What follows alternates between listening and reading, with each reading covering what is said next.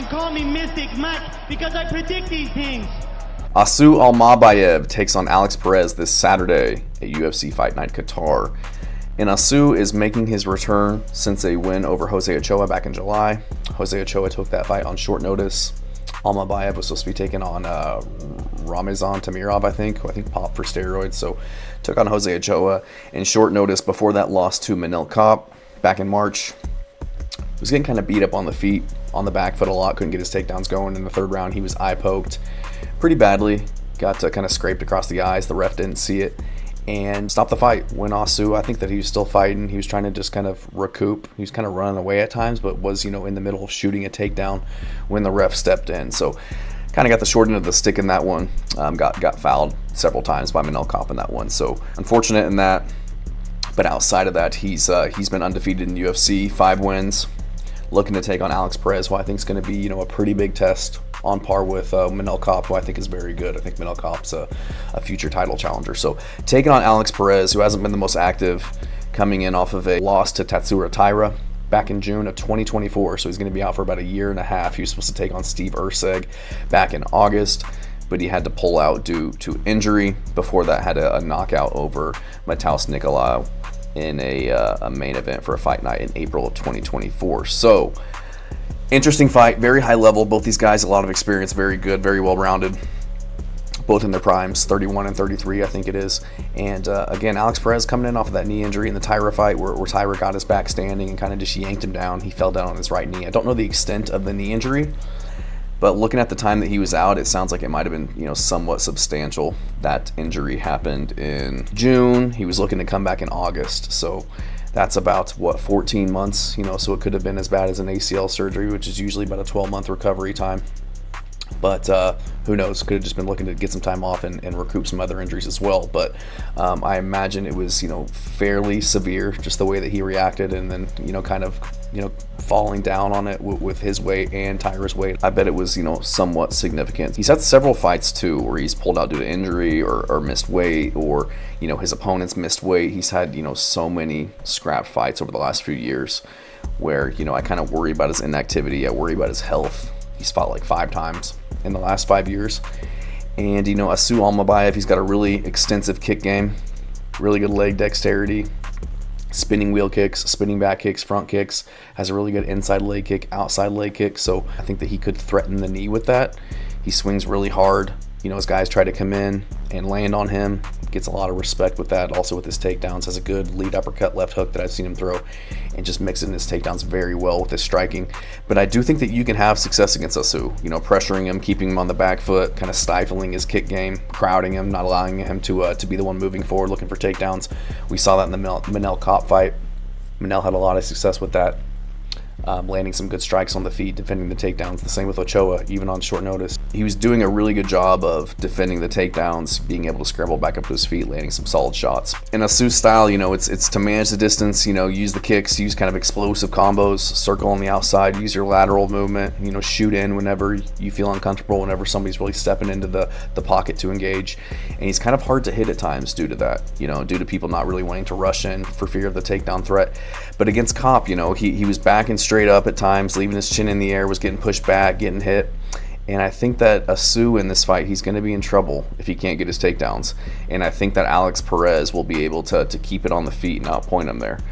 We've seen guys have success beating Asu on the feet when he can't really get his takedowns going. I think that his takedowns really help to elevate his striking game. I feel like at times he is kind of the smaller guy in there, doesn't have the most range, so really relies on kind of the explosivity that also bodes well for his takedowns to kind of help him get into range, but also his feints and that takedown threat is what really helps to improve his success in the striking department. But I just don't know if he's going to have the success that he's used to getting these takedowns on guys. In the past he's had success, but it's like Ode Osborne, CJ Vergara, Jose Johnson, Jose Ochoa, primarily a striker.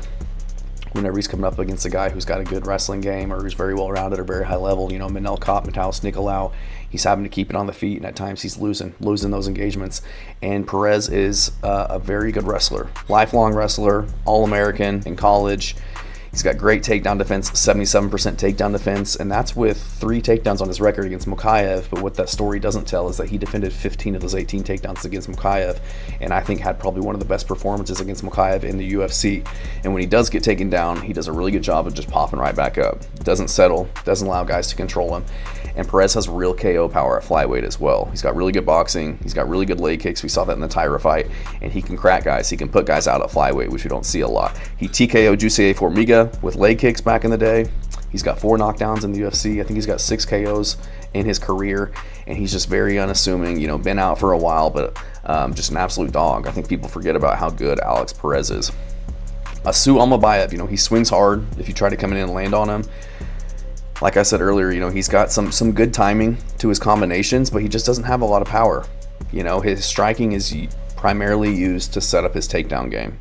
And even there, once he does get it to the ground, he's only got 1 finish in the UFC over Ode Osborne. And he's got 1 knockdown in the UFC over Mataus Nicolau, who's, you know, historically had a pretty bad chin, was coming in that fight off of back-to-back KOs. So Asu, Jiu-Jitsu black belt, I think he was like a Kazakhstan national champ.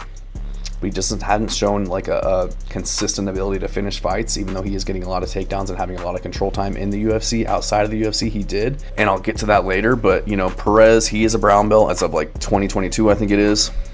He's got submissions. He's got 7 submissions on his record. We saw Ochoa in his fight with Asu Almabayev in their last fight. He threatened with an armbar, had a locked up triangle at one point, threatened with a really deep guillotine as Asu shot in with his head on the outside. And I just think Perez has better experience. You know, Almabayev, he's looked really good on the regional scene. He's got a lot of finishes, but I feel like his record's kind of suspect on the outside, on the regional scene. I feel like he hasn't really been fighting the most top-tier guys over there in that part of the world. And that leans to, you know, 22 wins on the regional scene, but then he gets in the UFC. He's beaten, you know, some lower-level guys, but when he's taking steps up against some decent guys, he's having much harder fights, much less impressive performances, losing to Manel Kopp. And I like Alex Perez's experience. I think you gotta look at his record and take it with a grain of salt. His 3-fight losing streak heading into that Mataus Nicolau fight, Deiveson Figueiredo, Alexandre Pantoja, and Muhammad Mokaev.